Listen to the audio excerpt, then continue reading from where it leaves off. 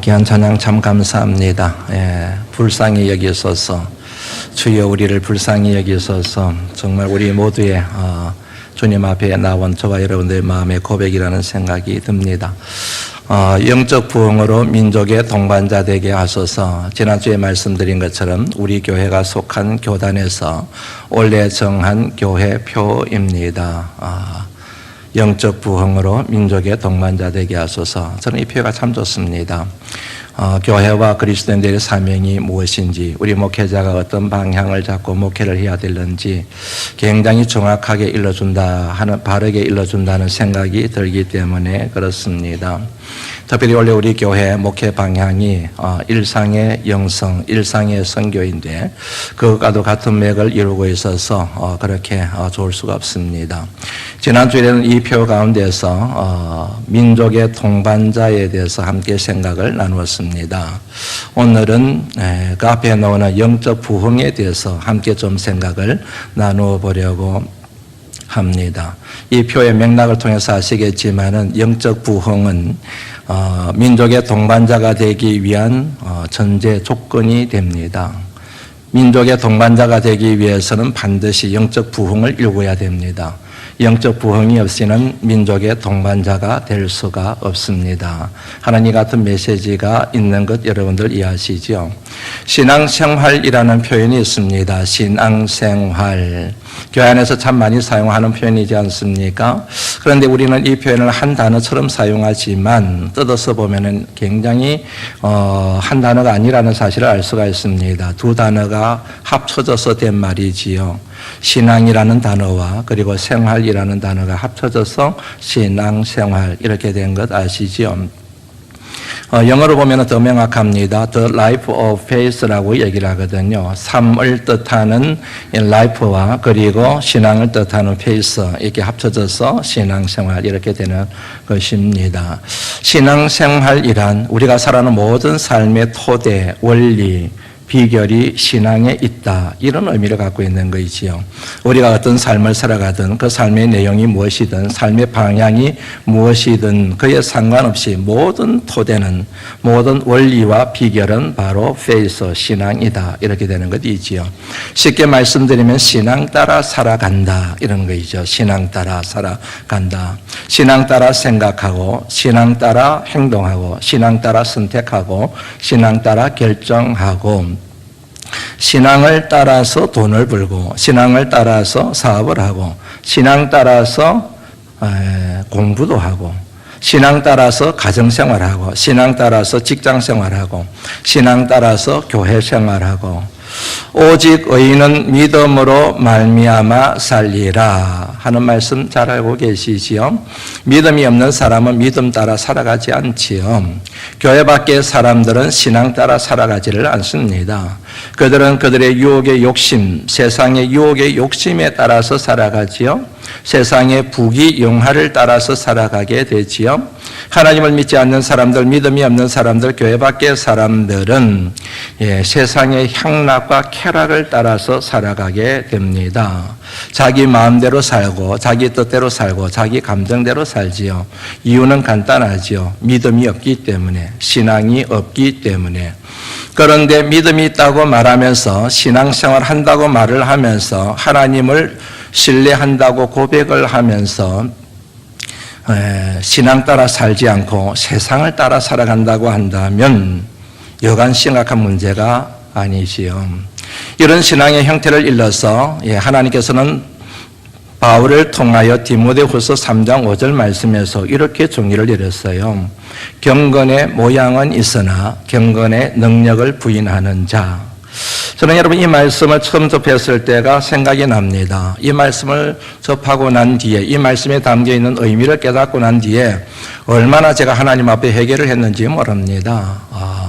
경건의 모양과 경건의 능력이 다르다는 것이지요. 경건의 모양을 갖췄다고 해서 다 경건의 능력을 갖춘 것은 아니라는 사실입니다.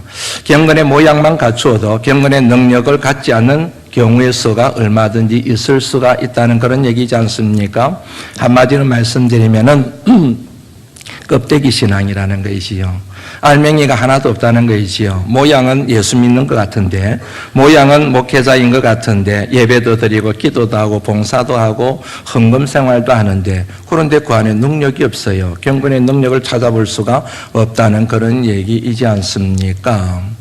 정말 마음에 확 찔리는, 우리에게 큰 도전이 되는 말, 경건의 모양은 있으나 경건의 능력이 없다.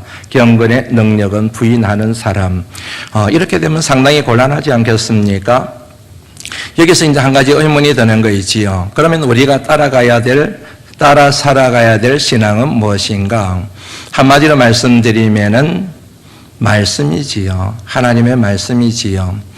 믿음은 들음에서 나며 들음은 그리스도의 말씀으로 말미암았느니라 그러잖아요. 신앙은 들음에서 나며 들음은 그리스도의 말씀으로 말미암았느니라.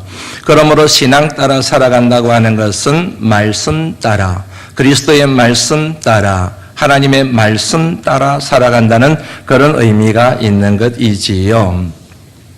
하나님의 말씀을 관통하는 핵심 가치가 있다고 여러 번 말씀을 드렸습니다. 그게 뭔가? 사랑이에요.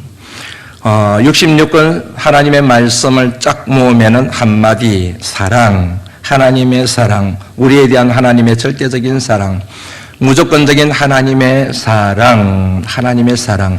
하나님이 세상을 이처럼 사랑하사 독생자를 주셨으니 이는 그를 믿는 자마다 멸망하지 않고 영생을 얻게 하려 하심이라.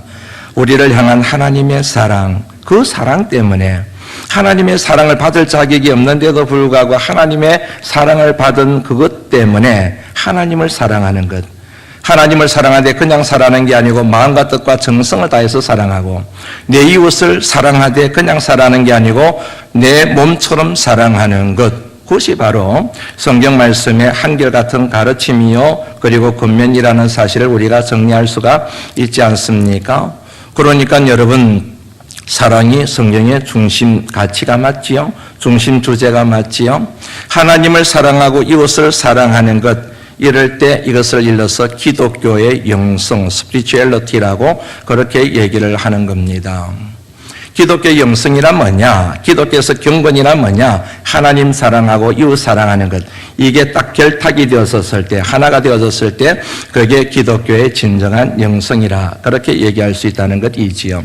이 가운데 어느 하나도 없으면 안 돼요. 하나님 사랑은 있으나 이웃 사랑이 없거나, 이웃 사랑은 있는데 하나님 사랑이 없거나 이러면 안 되고, 하나님 사랑과 이웃 사랑이 딱 하나가 되어야 그럴 때 온전한 믿음이라 얘기를 할 수가 있습니다. 기독교의 영성을 이해할 때 중요한 키워드가 하나 있다고 말씀드렸지요. 그게 관계입니다. 네, 우리 인간은 관계를 맺으며 살아가는 존재이잖아요. 수많은 관계들이 있는데 그 가운데서 가장 중요한 관계 두 가지를 꼽으라면 첫째는 하나님과의 관계. 하나님과 관계를 잘 맺는 비결이 뭐예요? 하나님을 사랑하는 거지요. 하나님을 사랑하는 구체적인 실천이 뭘까요? 순종하는 거잖아요. 하나님 말씀에 순종하고 하나님 뜻에 순종하는 것이지요. 하나님의 뜻에 순종함으로 하나님을 사랑하는 것을 우리가 증명해 보이게 되고, 하나님을 사랑하게 되면 하나님의 뜻에 순종할 수밖에 없습니다. 사랑과 순종의 상관관계를 여러분들 잘 아시지요. 그전에도 한번 예를 들었는데 또 한번 예를 들지요. 제 아내가 참 싫어할 것 같은데, 제 아내가 저와 사귀면서 저한테 한번 선물을 한 적이 있어요. 그 선물이 뭐냐면은 한용운 시인의 복종이라고 하는 시였습니다. 그 같은 시집을 제가 선물 받으면서 이 사람이 나를 진심으로 사랑하는구나 하는 사실을 깨닫게 되었습니다. 사랑하면 순종해요. 순종하는 것을 통하여 당신에 대한 내 사랑을 표현합니다. 그렇게 될 수가 있는 거거든요. 그러니까 하나님을 사랑하게 되면 순종하게 되고, 순종함으로 하나님을 사랑합니다. 그렇게 고백하게 되는 거이지요. 다른 관계는 사람들과의 관계이지요. 사람들과 좋은 관계를 맺는 비결이 뭡니까? 역시 사랑이잖아요. 사람을 사랑하는 구체적인 방식이 뭘까요? 섬김이잖아요. 섬기고 나누고 그들을 위하여 헌신하는 것이지요. 이렇게 정리를 했는데 이것을 다르게 둘로 이렇게 다시 정리를 할 수가 있습니다. 잘 따라오셔야 됩니다. 신앙 고백과 윤리적인 삶, 이렇게 정리를 할 수가 있어요. 신앙 고백에 해당되는 것은 하나님 사랑, 그 다음에 윤리적인 삶은 이웃 사랑, 이렇게 정리가 되는 겁니다. 신앙 고백은 쉽게 말씀드리면 이런 거예요. 하나님이 나의 하나님이 되시고 나는 하나님의 백성이 된다. 하나님은 내 삶의 주권자가 되고 나는 하나님의 종이다. 하나님은 나의 아버지가 되시고 나는 하나님의 자녀가 된다. 이 같은 고백을 신앙 고백이라고 얘기하지요. 그런데 이 같은 고백은 우리로 인하여 된 것이 아니지요. 우리의 선행으로 된 것이 아니지요. 우리의 공로로 된 것이 아니지요. 하나님의 사랑에서 비롯된 것이지요.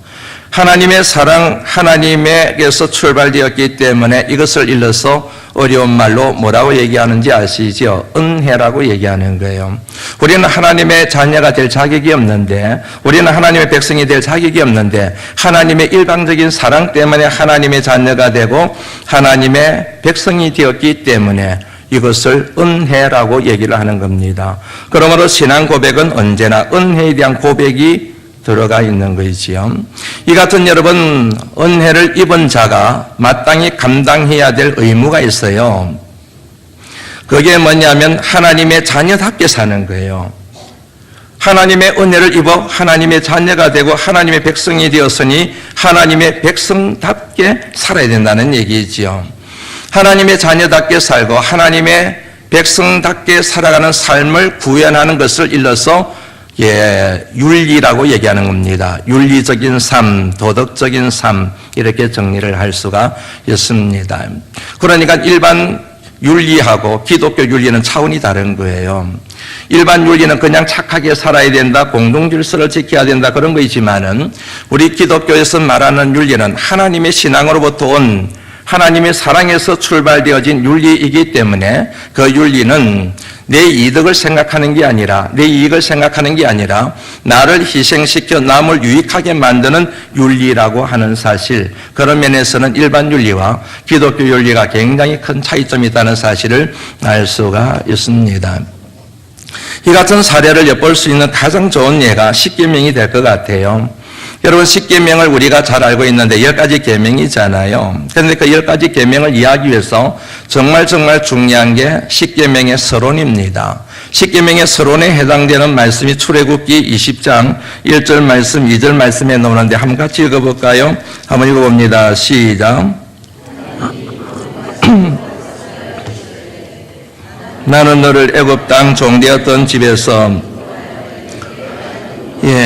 이 말씀이 여러분 십계명의 서론이에요. 나는 너희 하나님이다. 그리고 너희는 내 백성이다. 내가 너희들을 구원하고 너희들을 출애굽시키고 너희를 살린 이유가 있다. 너희가 내 백성이고 내가 너희들의 하나님이기 때문에 그렇단다. 너희가 잘났고 너희가 실력이 있고 이 뜻에 저 뜻에서 그런 것이 아니라 너희가 내 백성이고 나는 너희 하나님이기 때문에 너를 구원한 거란다. 그렇게 얘기한 거 계시지요. 이거는 이제 은혜라고 얘기하는 거이지요. 신앙 고백이 되는 것이지요. 이 같은 은혜에 대한 신앙 고백을 가진 사람은 자연스럽게 어떤 식으로 연결이 되느냐면 하나님의 자녀답게, 하나님 백성답게 살아야 될 의무를 지니게 되는 것입니다. 그러면 신앙 고백에 걸맞는 삶이 뭐냐? 첫째는 하나님에 대하여, 둘째는 이웃에 대하여, 이렇게 정리가 되는 것이지요. 신앙 고백에 걸맞게 하나님에 대하여 갖추어야 될 예가 있습니다. 다른 신들을 두지 않는 것이지요. 우상을 만들지 않는 것이지요. 여호와 이름을 망령되이 일컫지 않는 것이지요. 안식일을 기억하여 거룩히 지키는 것, 이를 통하여 하나님에 대한 예를 갖추고 하나님을 사랑하게 되게 되는 구체적인 원리를 그 가운데서 더하다오게 되는 것이지요. 그 다음에 사람에 대한 예도 있어요. 하나님에 대해서 뿐만 아니고 사람에 대해서도 갖추어야 될 예가 있는데 5계명부터 10계명까지인가 아시지요? 부모를 공경해라, 살인하지 마라, 그리고 간음하지 말라, 도둑질하지 마라, 내 이웃을 해하려고 거짓 증거하지 말라, 이웃의 집을 탐내지 말라, 이렇게 정리가 되는 것입니다. 그러면 이렇게 간단하게 정리가 할 수가 있습니다. 신앙 생활, 신앙과 생활, 신앙 고백과 윤리적인 삶, 그리고 은혜와 의무, 하나님의 사랑과 그리고 하나님의 사랑 때문에 하나님을 사랑하고 이웃을 사랑하는 것, 이 두 가지가 연결될 때, 이 두 가지가 하나가 될 때, 그때 온전한 믿음, 건강한 믿음과 온전한 믿음은 신앙과 생활이 일치될 때, 신앙 고백과 윤리적인 삶이 하나가 될 때, 그럴 때 온전한 믿음이라 건강한 믿음이라 할 수 있다는 사실을 정리를 할 수가 있지요. 이 같은 삶을 살아낸 사람들의 얘기가 성경에 굉장히 많이 나옵니다. 오늘 본문 말씀에서 만나게 되는 고넬료도 그 중에 한 사람입니다. 고넬료를 우리가 좀 주목해 보아야 될 이유가 있습니다. 왜냐하면 그가 이방인이었기 때문에 그렇습니다. 이방인으로 이렇게 성경에서 그의 삶을 칭찬하고 있는 것도 쉽지가 않습니다. 얼마나 멋있고 얼마나 근사한 신앙생활을 했는지, 하나님께서 그를 얼마나 칭찬하고 계시는지 사도행전 10장 전체 내용을 통해서 우리가 그것을 확인을 할 수가 있습니다. 오늘 본문의 말씀에 보니까 고넬료는 이달리아 군대의 백부장이라 그랬잖아요. 로마 군대에서 100명의 부하 병사를 둔 장교였다는 얘기입니다. 여러분들 잘 아시겠지만은 그 당시 세계 최강 부대가 로마 군대였지 않습니까? 그런데 그 로마 군대에서 장교들은 여러분 자존심, 자부심, 긍지 이런 것들이 아주 셌다 그래요. 그렇게 여러분 자존심이 센 사람이 하나님을 믿어요. 하나님을 믿은 것 때문에 베드로가 그를 찾아왔을 때 무릎을 꿇고 절을 하잖아요. 군인은 절대로 절하면 안 되는데, 군인은 절대로 무릎 꿇으면 안 되는데 무릎 꿇고 절을 하지 않습니까? 이렇게 부드러운 사람, 정말로 믿음에 있어서는 나무랄 것이 없는 온전한 믿음의 삶을 산 사람 고넬료, 하나님께서도 그의 삶을 인정하셨다는 사실을 오늘 말씀을 통해서 확인할 수가 있는데, 먼저 2절 말씀 한번 읽어볼까요? 한번 2절 읽어봅니다. 시작. 온 지방과 더불어 하나님을 경외하며 백성을 많이 구제하고 하나님께 항상 기도하더니, 이 말씀을 딱 읽으면 드는 느낌이 뭐예요? 제대로 신앙생활 했네. 예, 하나님 말씀 한 구절 한 구절, 한 표현 한 표현 이런 것들을 다 뜯어서 보면은요, 시시하게 신앙생활 안 했네. 군인이었음에도 불구하고, 이방인이었음에도 불구하고 정말로 완벽하게, 완전하게, 온전하게 신앙생활 했네. 그런 느낌이 탁 들지 않으세요? 이 말씀을 읽으면은 저는 그런 느낌이 들던데요. 신앙생활 정말 제대로 했구나. 이렇게 여러분 목회를 하면서 교인들을 볼 때도 그런 느낌이 드는 분들이 계시거든요. 저분은 온전하게 신앙생활 하시는구나. 저분은 아직까지도 신앙이 좀 더 성장하고 자랄 필요가 있구나. 저분의 믿음은 24K에 가까웠구나. 그거는 제 주관적인 생각이에요. 맞는지 안 맞는지는 모르는 거예요. 저분은 아직까지 18K 정도이겠구나. 좀 더 성장하고 노력해야 되겠구나. 그런 느낌을 가질 수 있지 않습니까? 마찬가지로 이 말씀을 딱 읽을 때, 이야, 고넬료 대단한 사람이다. 이런 신앙생활을 하다니, 이방인으로서 그리고 장교로서 이 같은 믿음의 여정을 이어가더니 정말 대단한 사람이다 하는 생각이 들잖아요. 그런데 하나님도 그의 신앙을 칭찬하고 계셔요. 그것을 볼 수 있는 게 사도행전 10장에 많이 나오는데 4절 말씀 한 구절만 살펴볼까요? 4절 말씀 한번 살펴봅니다. 시작. 고넬료가 주목하여 보고 두려워 이르되, 주여 무슨 일이니까? 천사가 이르되, 내 기도와 구제가 하나님 앞에 상달되어 기억하신 바가 되었으니. 여기서 두 가지를 좀 주목해 보고 싶어요. 하나는 뭐냐면 고넬료의 반응이에요. 하나님의 사자가 나타나서 고넬료야 딱 한마디만 했어요. 그런데 4절 말씀해 보니까 고넬료가 뭐라고 반응을 보입니까? 주여 무슨 일입니까? 그렇게 반응을 해요. 사도행전 9장에 보면은 사울이 다메섹 도상에서 예수님을 만나는 장면이 나와요. 예수님께서 나타나셔서 예수 믿는 사람들을 잡아 죽이기 위하여 씩씩거리면서 다메섹으로 가고 있는, 성으로 가고 있는 그 사울에게 나타나셔서 주님이 이렇게 말씀하시잖아요. 사울아 사울아 네가 어찌하여 나를 핍박하느냐. 사울아 사울아 네가 어찌하여 나를 핍박하느냐 그랬을 때 사울이 어떤 반응을 보이죠? 주님 누구십니까? 그래요. 사도행전 9장 5절 말씀해 보면은 주님 누구신데 저한테 와서 그런 말씀하십니까? 주님의 음성을 분별을 못해요. 주님인지를 알지를 못했다는 얘기이지요. 왜냐하면 그가 주님을 인격적으로 한 번도 만난 적이 없기 때문에 주님의 음성을 분별할 수 있는 능력이 그에게 없었음을 의미하는 것이지요. 그런데 고넬료는 하나님의 사자가 나타나서 딱 한 번, 고넬료야. 딱 그랬으니, 예, 주님, 무슨 일로 오셨습니까? 어쩐 일이십니까? 무슨 연유가 있어서 저를 찾아오셨습니까? 그렇게 반응을 했다는 얘기지요. 뭘 의미하는지 이해가 되시죠? 고넬료가 여러분 영적으로 굉장히 깊은 영성의 소유자였음을 알 수가 있는 대목이지요. 아, 주님이 찾아오셨구나. 주님의 사자를 보내셨구나. 주님의 사자를 통하여 나에게 뭔가 하시려고 하는 말씀이 있으신가 보구나. 주여 무슨 일입니까? 그의 반응을 통해서 그가 영적 분별력을 갖춘 참된 영성의 소유자였음을 알 수가 있습니다. 주의 사자가 그에게 이렇게 얘기를 해요. 내 기도와 구제가, 너의 기도와 구제가 하나님께 상달하여 기억하신 바가 되었나니 그래요. 이 말씀 여러분 참 중요합니다. 너의 기도와 구제가 하나님께 상달되었다. 그리고 하나님께 기억하신 바가 되었다. 다시 한번 정리하고 넘어갑니다. 기도라고 해서 다 같은 기도가 아닙니다. 하나님께 상달되는 기도가 있는가 하면 하나님께 미달되는 기도가 있습니다. 하나님이 기억하신 바 된 기도가 있는가 하면 하나님이 기억하시지 않는 기도, 나 몰라, 너 언제 그런 기도했니? 그렇게 하나님이 반응하실 때가 있다는 얘기입니다. 구제라고 해서 봉사라고 해서 다 하나님이 기억하신 바 되고 하나님께 상달되는 것은 아닙니다. 구제라고 해서 다 같은 구제는 아니라는 얘기이지요. 하나님께 상달되는 것들이 있는가 하면 하나님께 미달되는 것이 있습니다. 하나님께 기억하신 바 된 구제와 봉사가 있는가 하면 하나님이 전혀 기억하지 않으시고 일부러 잊어버리시는 듯한 인상을 지워주는 그런 반응이 있을 수가 있다는 얘기입니다. 이사야 1장 15절 말씀 한번 확인하고 넘어갈까요? 한번 읽어봅니다. 시작.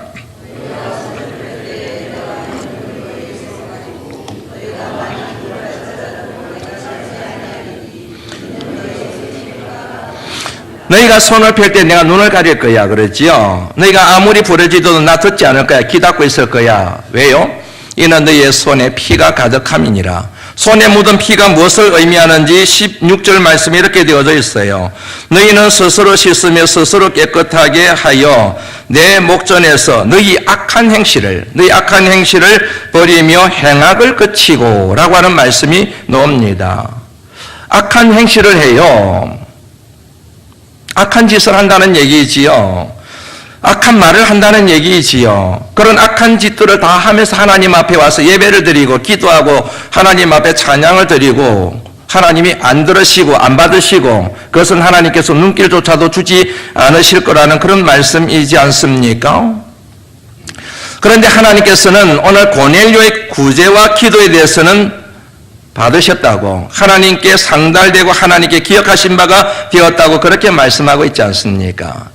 사랑하는 성도 여러분, 신앙생활 하실 때 여러분들의 신앙이, 여러분들의 기도가, 여러분들의 구제와 봉사와 헌신이, 여러분들의 예배가, 여러분들이 하나님 앞에 드리는 물질 봉헌이 하나님 앞에 상달되도록 하나님께 기억하신 바가 된 헌신과 봉사가 될 수 있도록, 기도가 될 수 있도록 언제나 경계하셔야 되고 언제나 신경을 쓰셔야 할 부분입니다.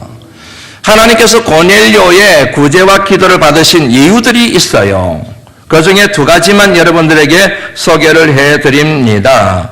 2절 말씀 다시 한번 읽어볼까요? 본문 2절 말씀 한번 읽어봅니다. 시작.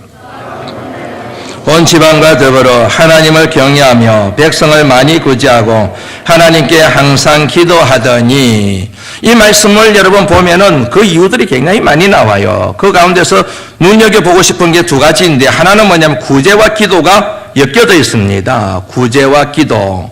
그런데 이 같은 사실은 4절 말씀에서도 구제와 기도, 기도와 구제가 연결이 되어져서 말씀이 기록되고 있다는 그런 얘기이지요. 굉장히 중요한 겁니다. 기도만 하고 구제를 안 한 게 아니고, 구제만 하고 기도만 안 한 게 아니고 구제와 기도를 같이 했다는 그런 얘기입니다. 여러분, 기도는 하나님에 대한 절대적인 신뢰를 뜻하는 것 아시지요? 바빠서 기도하지 않는 사람들이 있어요. 바빠서만 기도를 안 합니까? 왜 바쁩니까? 사는 것 때문에 바빠서 기도를 안 하시는 거 아니겠습니까? 그런데 바빠서 기도하지 않는다고 하는 것은 살 길이 하나님께 있지 않고 내 능력이 있다고 생각하기 때문에 바쁜 이유를 핑계 삼아서 기도하지 않는 거거든요. 진짜로 여러분 기도의 능력을 믿는 사람들, 기도의 가치를 인정하는 사람들은 아무리 바빠도 기도하는 시간을 최우선 순위에 둘 줄 아는 믿음의 태도 선택을 할 줄 알아요. 기도는 여러분 하나님에 대한 절대적인 신뢰를 표현할 뿐만 아니라 한 걸음 더 나아가서 하나님에 대한 사랑의 표현이라고 하는 사실을 알 수가 있습니다. 쉬지 말고 기도해라. 범사에 기도해라. 항상 기도해라. 하나님을 절대적으로 신뢰하고 하나님의 사랑의 테두리 안에 있을 것을 하나님이 우리에게 그 같은 말씀을 통하여 권면하고 계시는 것이지 않습니까? 그러므로 기도는 하나님에 대한 전적인 신뢰인 동시에 하나님에 대한 사랑의 표현이에요. 그리고 구제는 이웃에 대한 사랑의 표현이잖아요. 구제하잖아요. 섬기잖아요. 베풀잖아요. 이웃에 대한 사랑의 표현. 네 가지 경우의 수를 생각할 수가 있습니다. 기도도 하지 않고 구제도 안 해요. 교회 다니는 사람 가운데 만약 이런 분들이 있다고 한다면 그 신앙은 여러분 문제가 여간 심각한 문제가 아니란 얘기예요. 기도도 하지 않고 구제도 안 하는 사람이 무슨 신앙생활을 한다고 얘기할 수가 있겠어요. 기도는 하는데 구제를 안 해요. 이것도 여러분 반쪽 신앙인 겁니다. 기도는 하는데 구제를 안 해요. 반쪽 신앙이 되니까요. 구제는 하는데 기도를 안 해요. 예수 안 믿는 사람들도 많이 그래요. 네, 예수 안 믿는 사람들 기도 안 하지만 하나님을 사랑하지 않지만 하나님을 신뢰하지 않지만 그럼에도 불구하고 좋은 일 하는 사람들 얼마나 많은데요. 마지막 경우의 수가 있는데 그게 베스트 오브 베스트잖아요. 최상의 경우잖아요. 기도도 하고 구제도 하는 거예요. 기도와 구제가 연결되어져 있다는 얘기인 거지요. 고넬료가 그런 신앙생활을 했다는 거예요. 신앙생활, 하나님 사랑하는 것과 이웃을 사랑하는 것, 신앙 고백과 윤리적인 삶, 그리고 기도와 구제, 이게 딱 하나가 연결된 것. 그러므로 그의 구제는 기도를 근간으로 두고 있고 그의 기도는 언제나 구제를 향한 이웃을 사랑하기 위한 하나님의 뜻을 구하는 데 있음을 정리를 할 수가 있지 않습니까? 그랬기 때문에 하나님께서 그의 구제와 기도를 받으셨다는 얘기예요. 이것을 이해하기 위해서 구약에 나오는 구제라는 히브리어 원어를 좀 살펴볼 필요가 있습니다. 히브리어로 여러분 구제에 해당되는 단어가 있는데 초다카라고 얘기를 합니다. 초다카. 그런데 재미있는 것은 초다카라고 하는 이 단어는 하나인데 뜻이 두 가지예요. 하나는 구제이고 다른 하나는 하나님의 의예요. 하나님의 의. 그러니까 구제가 단어는 하나인데 구제하는 것과 초다카라고 하는 단어가 하나인데 하나는 구제이고 다른 하나는 하나님의 뜻이라는 거 감이 있다고 보시지요. 그러니까 구제라고 하는 것은 하나님의 뜻을 이루는 하나님의 뜻을 완성하는 굉장히 구체적인 행위라는 얘기입니다. 구제는 하나님을 사랑하고 이웃을 사랑하는 절대적 가치를 지니는 행위라고 하는 사실을 이 처다카라고 하는 히브리어 단어가 함축하고 있다는 얘기이지요. 이 같은 배경하에서 신약에서 구제라는 말을 굉장히 많이 사용하고 있는데 예수님께서 이렇게 푸신 내용을 우리가 주목해 볼 필요가 있습니다. 마태복음 23장 23절 말씀 한번 보시죠. 한번 같이 읽어보겠습니다. 시작.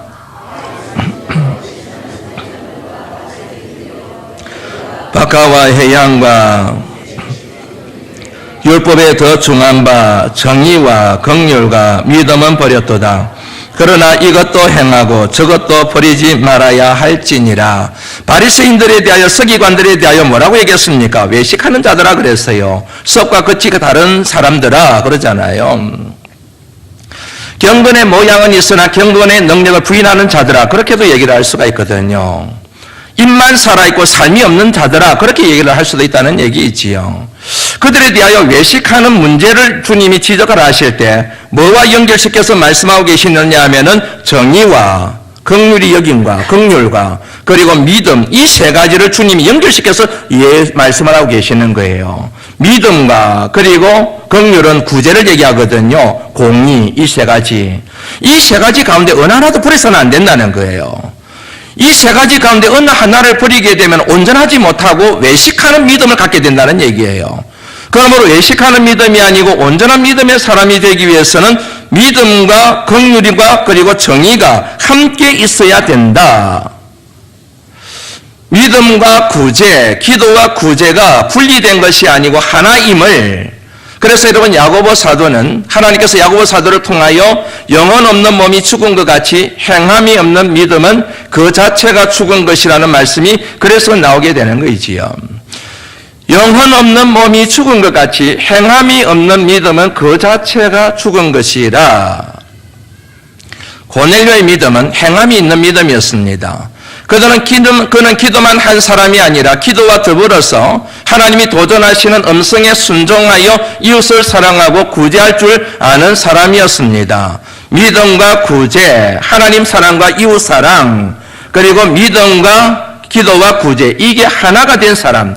그랬기 때문에 하나님께서 그의 기도와 구제를 받으시고 기억하시고 거기에 대하여 상을 내리시는 내용이 사도행전 10장의 줄거리 가운데 하나라는 그런 말씀입니다.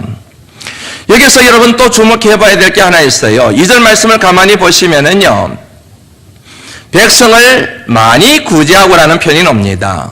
백성을 구제한 게 아니고 많이 구제했다는 표현이 나와요. 재미있지요? 이 많이라고 하는 표현은 여러분 비교급을 사용하고 있는 표현입니다. 우리말에는 그냥 분량을 얘기하는 많이라는 표현으로 번역되어져 있는데 원래 뜻은 비교급을 사용하고 있어요. 다른 사람과 비교해서, 더 중요한 비교의 대상은 과거와 비교해서, 이전과 비교해서 구제하는 일이 자꾸만 확장되어져 간다는 얘기예요. 예전에 구제하는 만큼만 구제하는 게 아니고 시간이 지날수록, 세월이 지날수록 점점 구제의 분량이 많아지게 되고 구제의 대상이 많아지게 되고 구제하는 일에 더 많은 힘과 에너지를 쏟는다는 의미를 갖고 있는 단어가 많이라고 하는 이 표현입니다. 그러므로 여러분, 그의 구제는 생색을 내는 구제가 아니라 눈 가리고 아웅하는 식의 구제가 아니고 자기 이름에 걸맞는 그런 표를 내기 위해서 하는 구제가 아니라 신실한 하나님의 신앙에 뿌리를 둔 구제라고 하는 사실을 알 수가 있는 것이지요. 기도도 마찬가지입니다. 하나님께 기도한 것이 아니지요. 하나님께 항상 기도하더니, 2절 말씀 보세요. 하나님께 항상 기도하더니, 항상 기도하는 사람이었지요. 쉬지 않고 기도하는 사람이었지요. 범사에 기도할 줄 아는 사람이었습니다. 한마디로 말씀드리면 신앙생활을 제대로 했다는 얘기지요.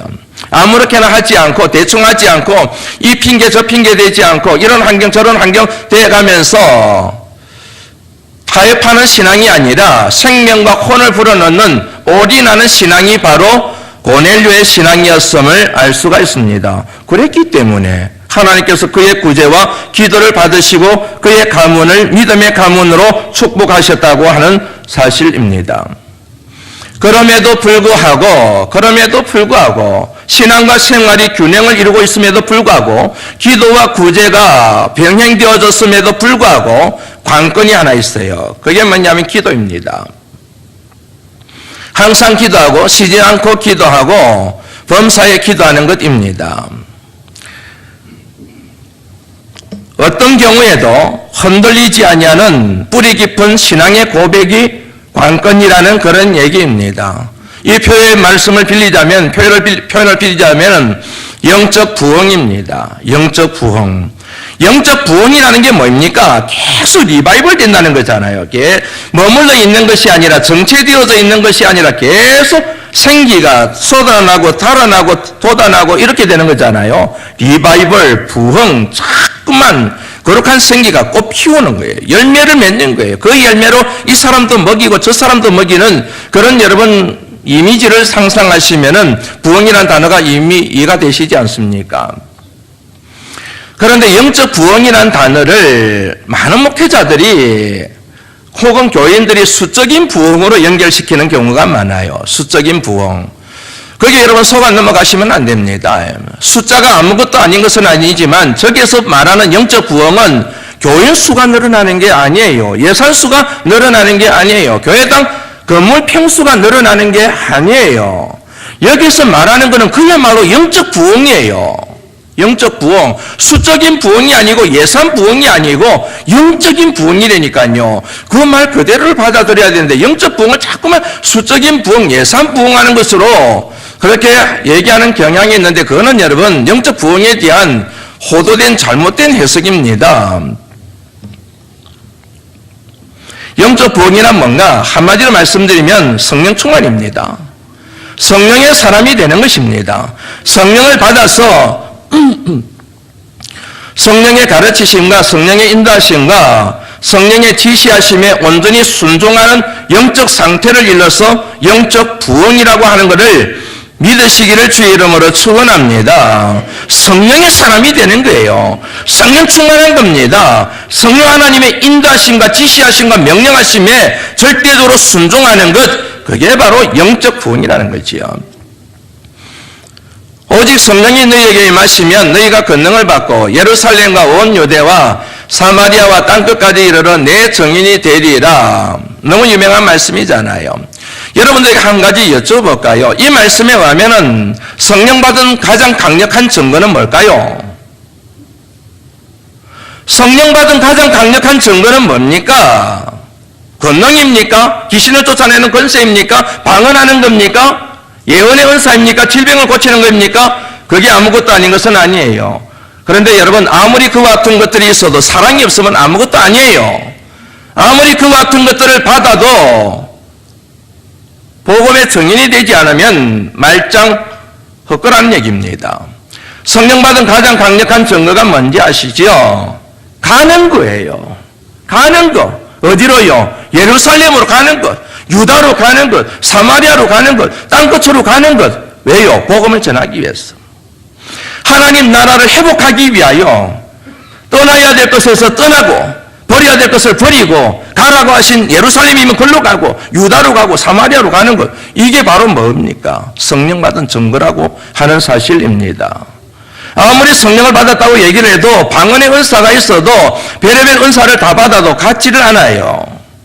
가는 것 대신에 그 같은 권세를 빌미 삼아서 개인의 영달을 취하는 이 같은 무당 짓거리들이 한국 교회 안에 한국교회를 퇴폐시키고 한국교회를 세속화시키고 한국교회에 있어야 될 거룩한 성령을 소멸시키는 그런 부작용이 일어나고 있는 걸 여러분들이 아시는지요? 진짜 성령 받으면 가는 거이지요.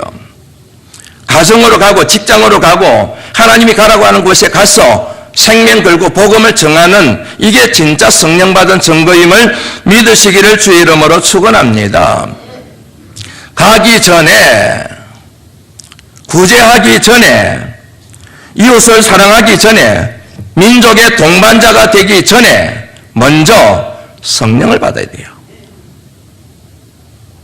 생활하기 전에 내 모든 일상의 터전이 성경임을 자각하고 그것으로 가기 전에 먼저 성령을 받아야 되고 성령 충만해야 되고 먼저 영적 부흥이 내 심령 가운데서 우리 가정 안에서 우리 교회 안에서 일어나야 된다는 그런 말씀입니다. 살아가면서 우리 삶이 무너질 때가 많아요. 사랑이 안 돼요. 미워하게 되고 분노하게 되고 용서가 안 돼요. 뭔가 섬기고 싶은데 아까워요. 자꾸만 구제하고 싶은데 잘 안 돼요. 신앙 따라 살아가고 싶은데 자꾸만 세상의 욕심, 세상의 부귀영화, 세상의 향락과 쾌락과 즐거움 그런 것들을 자꾸 따라가게 돼요. 왜 그런 줄 아세요, 여러분? 그것 때문에 얼마나 고통스러우세요? 얼마나 힘드세요? 그것 때문에 여러분 이 같은 설교를 들으면 너무너무 힘들고 고통스럽고 뛰쳐나가고 싶고 막 그런 마음이 안 드세요? 예수 믿지 않는 사람들은 여러분 고통스럽지가 않아요. 그런데 예수를 믿는 사람들은, 하나님을 믿는 사람들은 신앙 따라 살지 못하는 그런 것에 대하여 이런 말씀이 주어지게 되면은 영혼을 짓누르는 고통이 엄청나요. 진리를 알지니 진리가 너희를 자유롭게 하리라. 자유를 누리고 살아야 되는데 이 땅을 살면서도 천국처럼 살아야 되는데 왜 이처럼 지옥처럼 우리는 계속 반복되는 생활을 이렇게 살아가고 있는가? 도대체 이유가 뭔가? 간단해요, 여러분. 내 속에 영적 부흥이 없기 때문에 그런 거예요.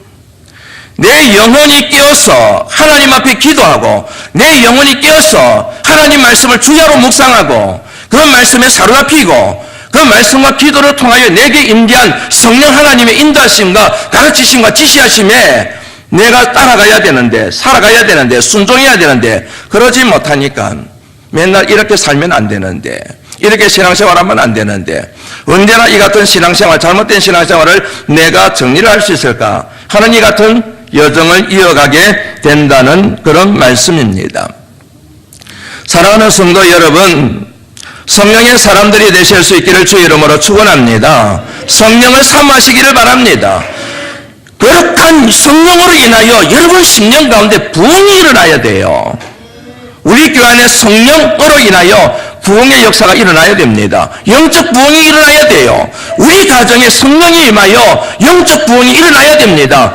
부흥의 불길이 활활 타오르게 되면 모든 죄악들이 불태워 소멸되게 되고 성령의 바람으로 인하여 하나님의 거룩한 평강과 기쁨과 소망이 넘쳐나는 축복이 임하게 되어져 있습니다.